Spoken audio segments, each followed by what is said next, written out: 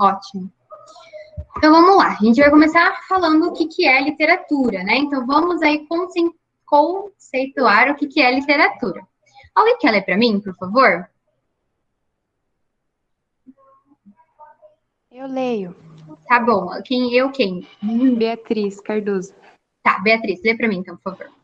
Arte literária é a mimese, imitação. É a arte que imita pela palavra. Aristóteles.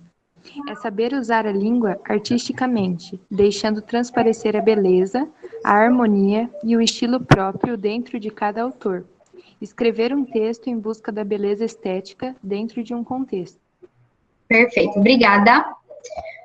Então, ó, a gente já colocou aqui alguns conceitos, tá? Mas vocês também vão extrair um pouquinho. Então, literatura. Literatura é a imitação, a arte que imita pela palavra, né? Então, a gente imita, né, às vezes a realidade, ou transparece os nossos sentimentos pela palavra, tá? Não necessariamente surgiu essa dúvida na outra turma, né? Ah, mas então a literatura necessariamente tem que ser pela escrita?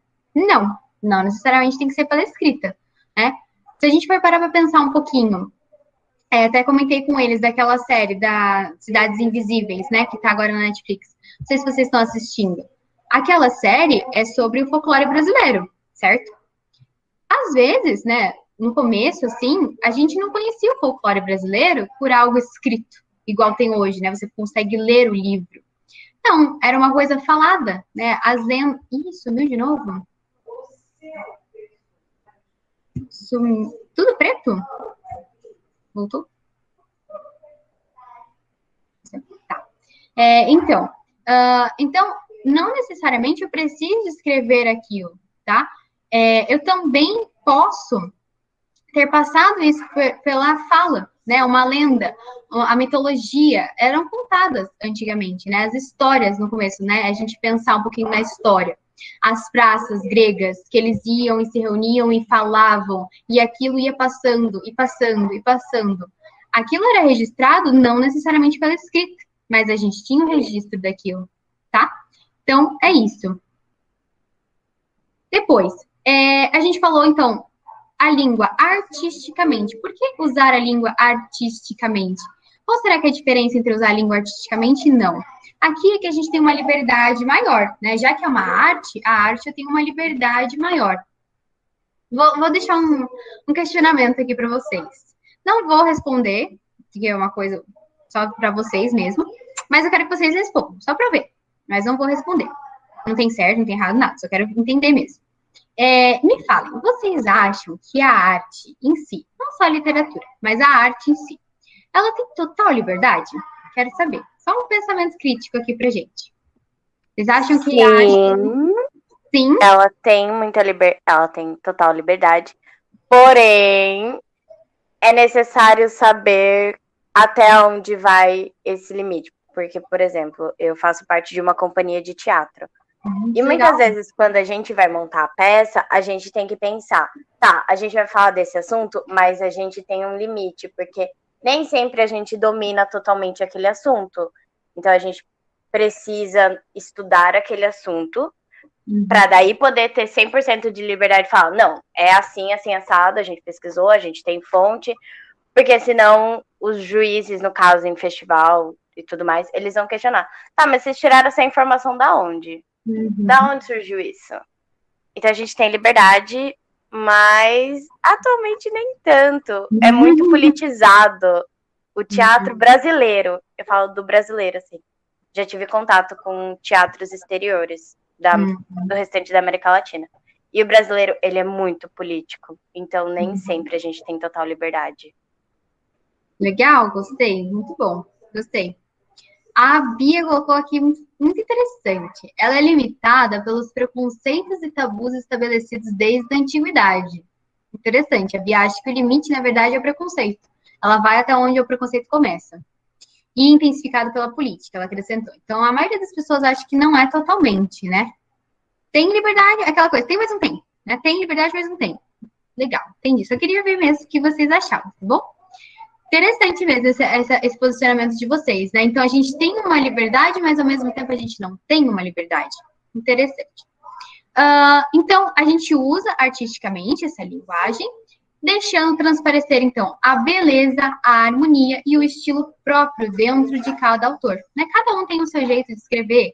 Se a gente for comparar, por exemplo, Machado de Assis com, sei lá, José de Alencar, a gente tem como perceber as características próprias da escrita de cada um.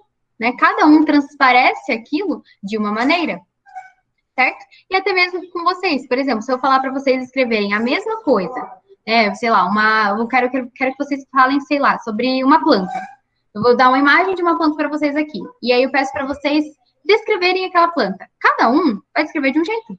Por mais que a planta seja verde, alguns vão colocar, ela é verde com folhas pontiagudas, né? Cada um vai descrever de um jeito. Então, é uma liberdade que a gente tem. E ela é própria de cada um aqui, né? Própria do estilo e o jeito que a pessoa quer transparecer. Aqui, escrever um texto, não necessariamente um texto, tá? Tipo assim, eu vou escrever um texto. Não necessariamente um texto, por exemplo, uma carta, não, tá? Não tem nada a ver, um relato, assim, não. Mas, assim, só para vocês entenderem, né? Essa busca da beleza estética dentro de um contexto. E aqui também entra a questão da liberdade, né? Essa busca, mas também tem a liberdade. Porque, às vezes, antigamente, se preocupava-se muito com a escrita bonita, né? A escrita certinha. Hoje em dia, já tem essa coisa mais assim, mas viu, se você escrever errado, não tem problema, né? Não que não vão escrever errado no vestibular, não é isso. Mas estou falando assim, a gente vê mais comum isso, essa beleza, ela decai mais e entra na parte da comunicação. Né? Fez a comunicação? Legal.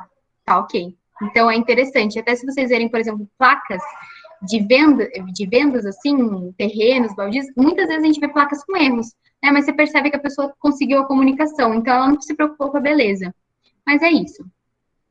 Vamos falar um pouquinho da literatura no passar aí das épocas, né? Como que foi a literatura aí durante a história? Então, a gente tem que a literatura, na Antiguidade Clássica ou Greco-Latina, ela foi a arte de escrever letras. Olha como muda o que era a literatura, olha como muda esse conceito. Lá no começo, era uma arte de escrever letras. Olha que interessante. Na era medieval, vira um sinônimo de gramática. Então, é a gramática em si, as normas de linguagem. Então, é você dominar aquilo. Imagina vocês tendo que dominar a análise sintática inteirinha para vocês poderem escrever alguma coisa. O que vocês acham? Vou propor isso para vocês. Brincadeira, não vou propor não. Tô tadinho de vocês. Mas era isso, né? Era um sinônimo de gramática. No Renascimento, a gente tem aquela busca, né, pela volta das artes. Então, a gente tem muito esse olhar para trás para tentar retomar. Então, por isso que aqui no Renascimento ficou como conjunto de obras literárias. É porque é um conjunto, porque eles foram muito procurando, indo atrás para ver o que eles tinham para formar ali, renascer a partir daquele momento. Né? Então, esse é o conjunto. Já na era clássica, é a manifestação artística que busca expressar a realidade universal. Então, já vira aí mais uma arte, né? Uma manifestação artística, já surge mais isso. E na era contemporânea, é a representação da realidade, ou a expressão artística. Então, agora, na era contemporânea, a gente pode tanto representar a realidade com assim, um olhar crítico, ou representar ela como ela é, ou me expressar mesmo. Quero simplesmente me expressar de uma forma artística, uma forma libertária também. Isso, os dois, é literatura. Dúvidas até aqui? Tudo bem? Sim? Alguém pode ler para mim, por favor?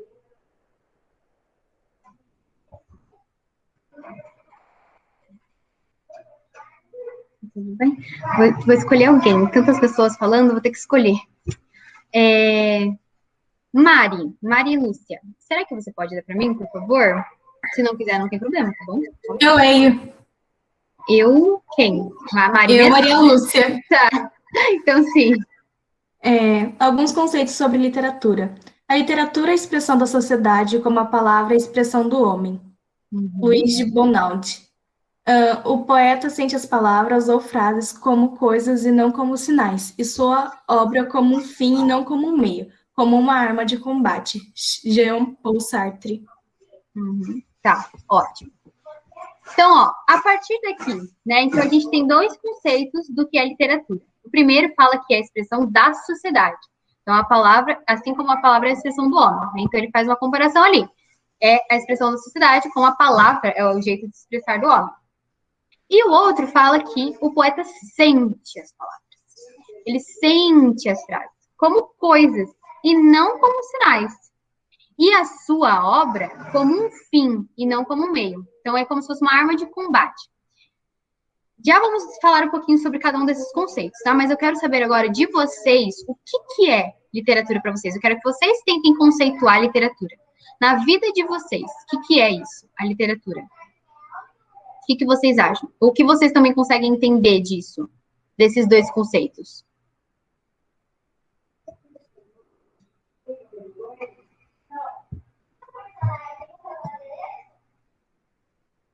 Cultura passada de uma forma escrita. Legal, Érica, interessante.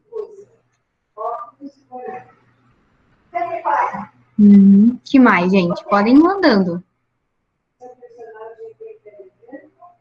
Expressão da poesia que existe nas coisas diárias, expressas com palavras. Demonstrar sentimentos e comportamentos antigos. Uma forma de fugir. Gostei disso.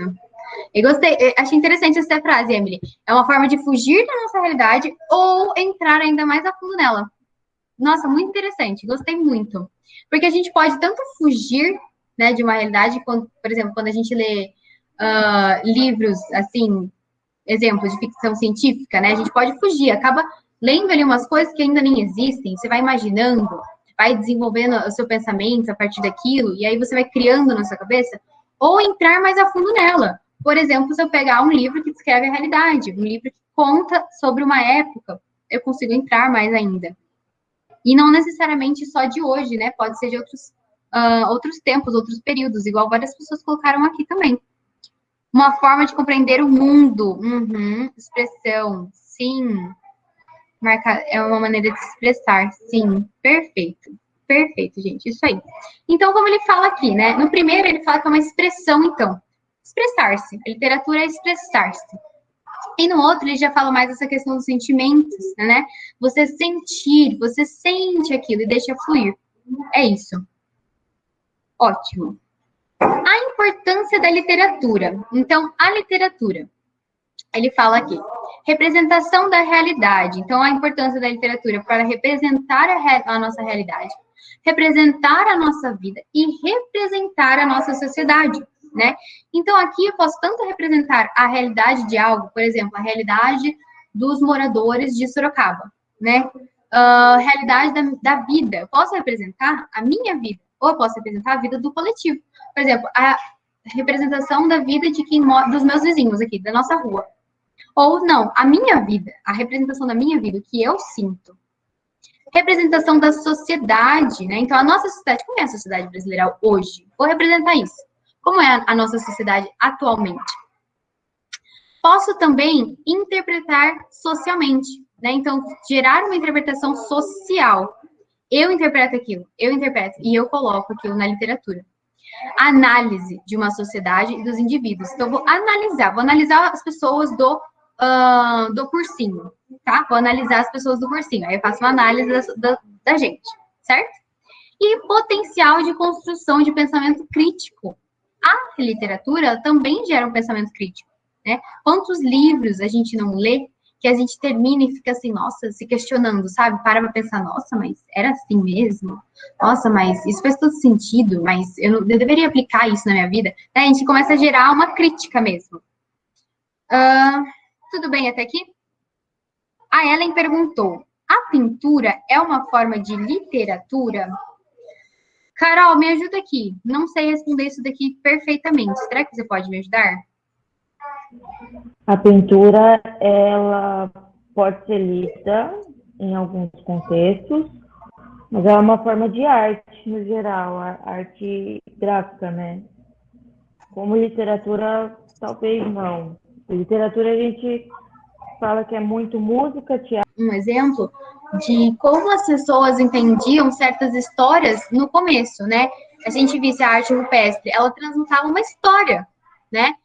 era uma história, ele contava exatamente aquilo que estava acontecendo, mas naquela época. Então, como a Carol pontuou, hoje em dia é a partir de um texto. Se aquilo vem gerado, nasce de um texto, vai ser literatura. Como a pintura não necessariamente é gerada de um texto, a não ser que seja, por exemplo, uma representação, né? Às vezes tem isso também, uma representação de um texto. Mas se não necessariamente ela é gerada de um texto, né? Então, não necessariamente é literatura. Tudo bem, Ellen? Gente, sobre aqui a importância da literatura, eu queria perguntar para vocês, e se alguém quiser falar aqui com o microfone, pode falar. Qual que é a importância da literatura na vida de vocês? Se alguém aqui gosta de ler, se alguém aqui tem contato com a literatura, como que é? Eu quero saber por que a literatura é ou não, talvez, importante para vocês. A literatura é simplesmente tudo na minha vida, né? Tudo. Por quê?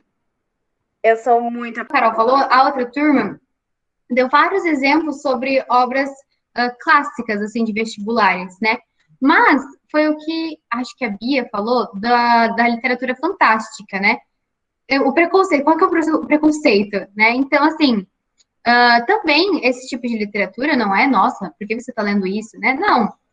Te dá muitas outras abas também, né? A gente desenvolver uma imaginação é algo importante. A gente lê aumenta a nossa facilidade de atenção, porque, gente, ler tem que ter muita atenção. Ler trabalha muitas partes do nosso cérebro. Quantas vezes a gente não lê um parágrafo, aí termina um parágrafo e fica assim, eu acho que eu não entendi nada. Aí tem que voltar a ler tudo de novo. Por quê? Porque a gente estava assim, lendo avoado. Conforme você vai lendo, você vai desenvolvendo isso. Então, também, é muito importante. Que bom que vocês gostam, fico feliz. Quem não gosta também tá tudo bem. Então, vamos continuar. Essa é a importância da literatura, então. Agora, a gente vai ficar um pouquinho mais na obra literária, tá? O que é a obra literária? Então, já vou perguntar para vocês irem mandando aí, se alguém conhece alguma obra literária. Aí eu vou ler, se alguém quiser ler também, se alguém quiser ligar o microfone para falar o que conhece, uma experiência com uma obra, pode falar, tá bom? Então, a obra literária, mandem aí se vocês conhecem. A obra literária, ela é um documento social, olha só que importante. Então, é um documento, um registro social. Joaquim Manuel de Macedo, Costumes da Sociedade Burguesa do século XIX. Então, coloquei um exemplo aqui para vocês, né? Assim como também Graciliano Ramos, que registrou, né, as dificuldades dos retirantes nordestinos.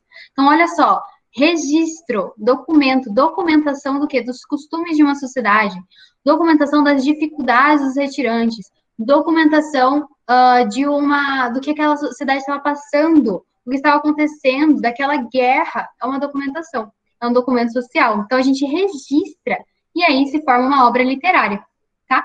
Ou também, não só, por exemplo, o que eu coloquei, né, do Joaquim e do Graciliano, mas também temos universais, fonte inesgotável de manifestação das emoções.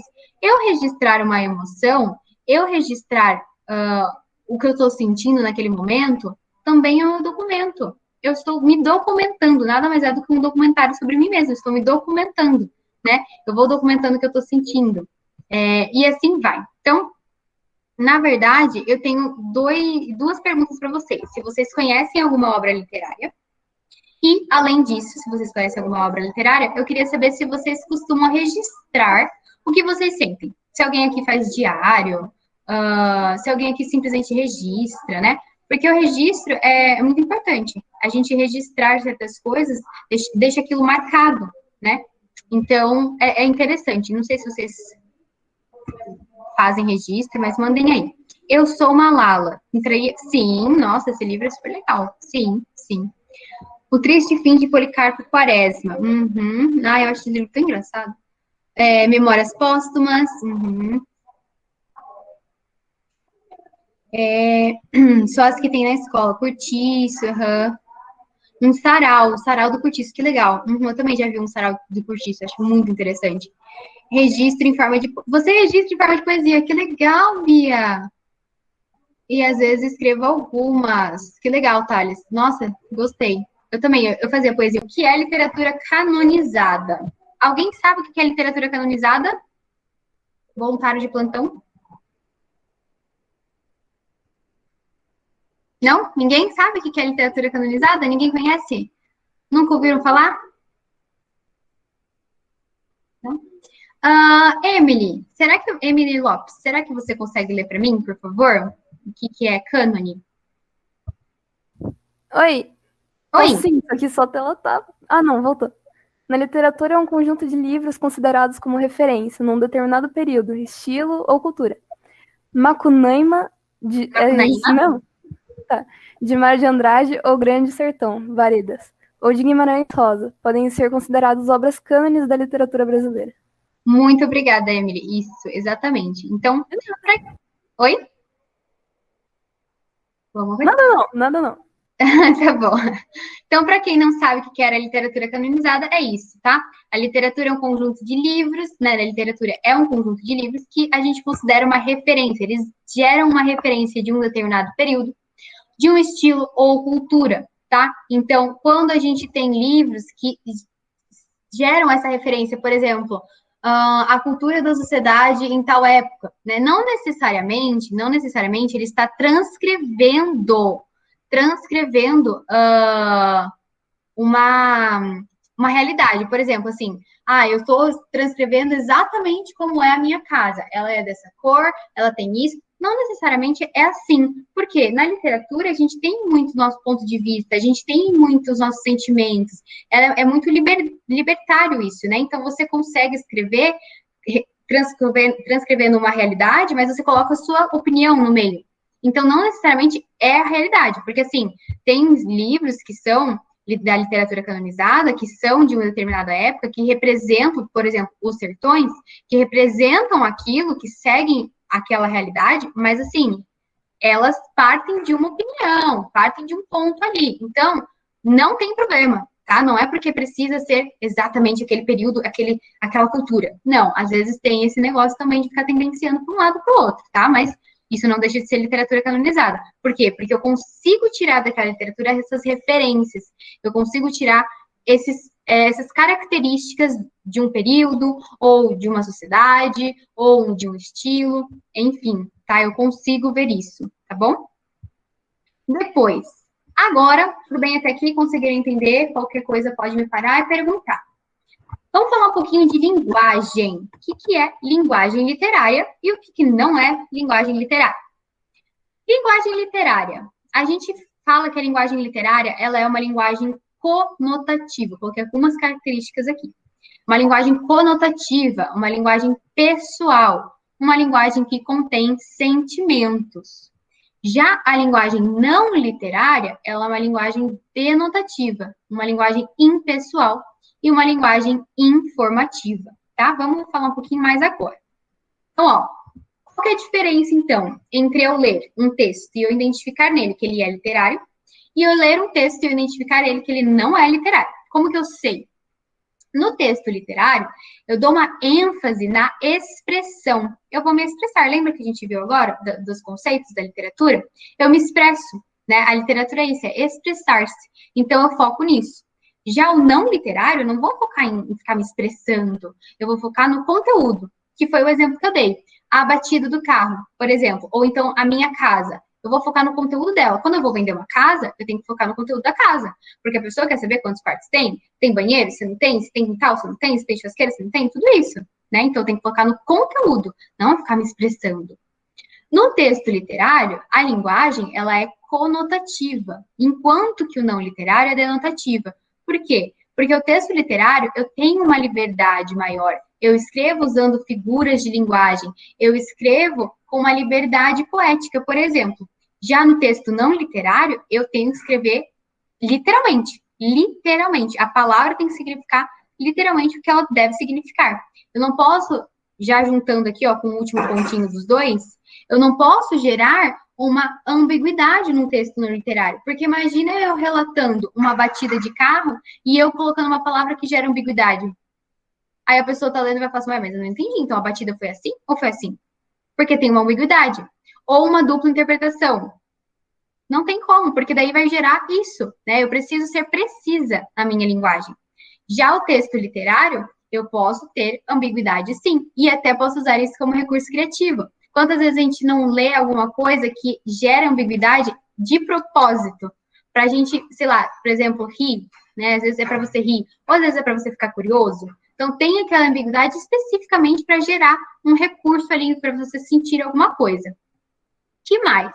No texto literário, a gente tem essa linguagem mais pessoal, mais emotiva, né? Então, o autor vai escrevendo, ele vai expressando-se, e assim vai. Já o texto não literário, ele é mais impessoal. Por quê? Porque ela não pode ficar tendenciando, né? O texto literário, ele é uma recriação da realidade. Enquanto que no texto não literário, eu tenho que traduzir, colocar exatamente a realidade, que foi o que eu falei. Imagina eu estou relatando uma batida de um carro e eu começo a recriar a batida na minha cabeça.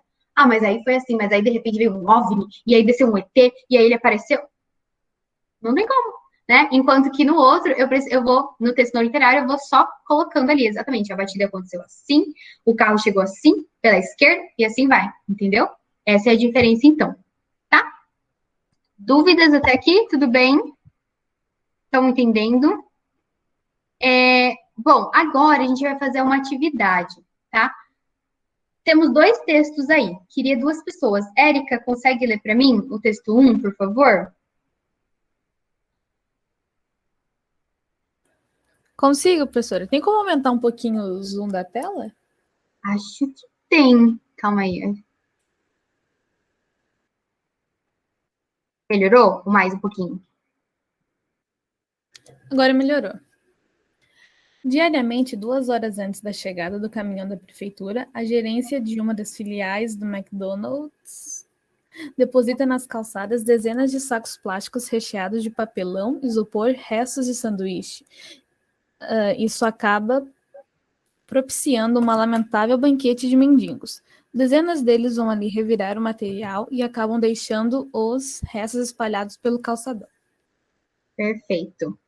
Érica, lê o texto 2 também, por favor. Ontem vi um bicho na imundície do pátio, catando comida entre os detritos. Quando achava alguma coisa, não examinava nem cheirava, engolia com velocidade. O bicho não era um cão, nem um gato.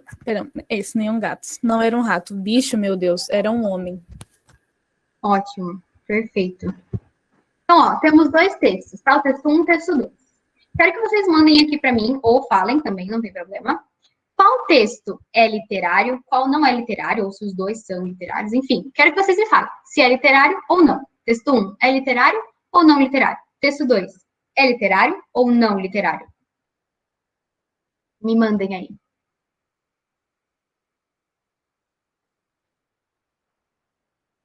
Texto 1. Não. Tá, então é isso aí. Então, o texto 1, ele não é literário, né? Ele é uma notícia e tal, e ele está relatando. E o texto 2, ele é literário, né? Ele está brincando ali com o jeito de escrever, ele está comparando o bicho ao homem, ao ser humano, né? Pela situação. Então, ele é literário. E agora eu quero fazer uma outra pergunta para vocês. No texto 1, que vocês falaram para mim, que não é literário, olha as características aqui do não literário, que a gente viu. Vocês acham que esse texto 1, não literário, ele foi parcial ou ele foi imparcial?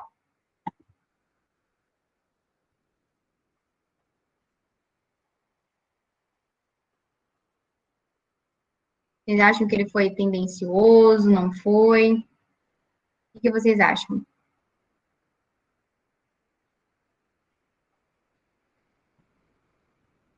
A Giovana e a Beatriz acham que está sendo imparcial. A Larissa acha que foi parcial. E aí? Você está em dúvida? O que vocês acham, gente? Só parcial, o Roberto também acha que foi parcial. Imparcial, mas daquele jeito, nunca é totalmente. Parcial. Não acredito na notícia imparcial. Bom posicionamento, legal. Parcial. Tá. Então, ele foi tendencioso, né? Sim. Nossa, Júlia, perfeito. Esse lamentável ali foi um adjetivo bem específico, né? Bem claro ali de uma parcialidade. Ele tendenciou bastante. Sim. Uhum. Ele foi parcial, apesar de ser uma notícia, ele acaba sendo parcial. Ele não achou legal essa situação aqui de ficar juntando os mendigos para comer. E ele deixou isso claro, principalmente aqui, quando ele falou lamentável. Sim, muito bem, lamentável. Então, esse olhar crítico para a gente ter. Muito bem. Vamos continuar. Agora a gente vai um pouquinho. Oi?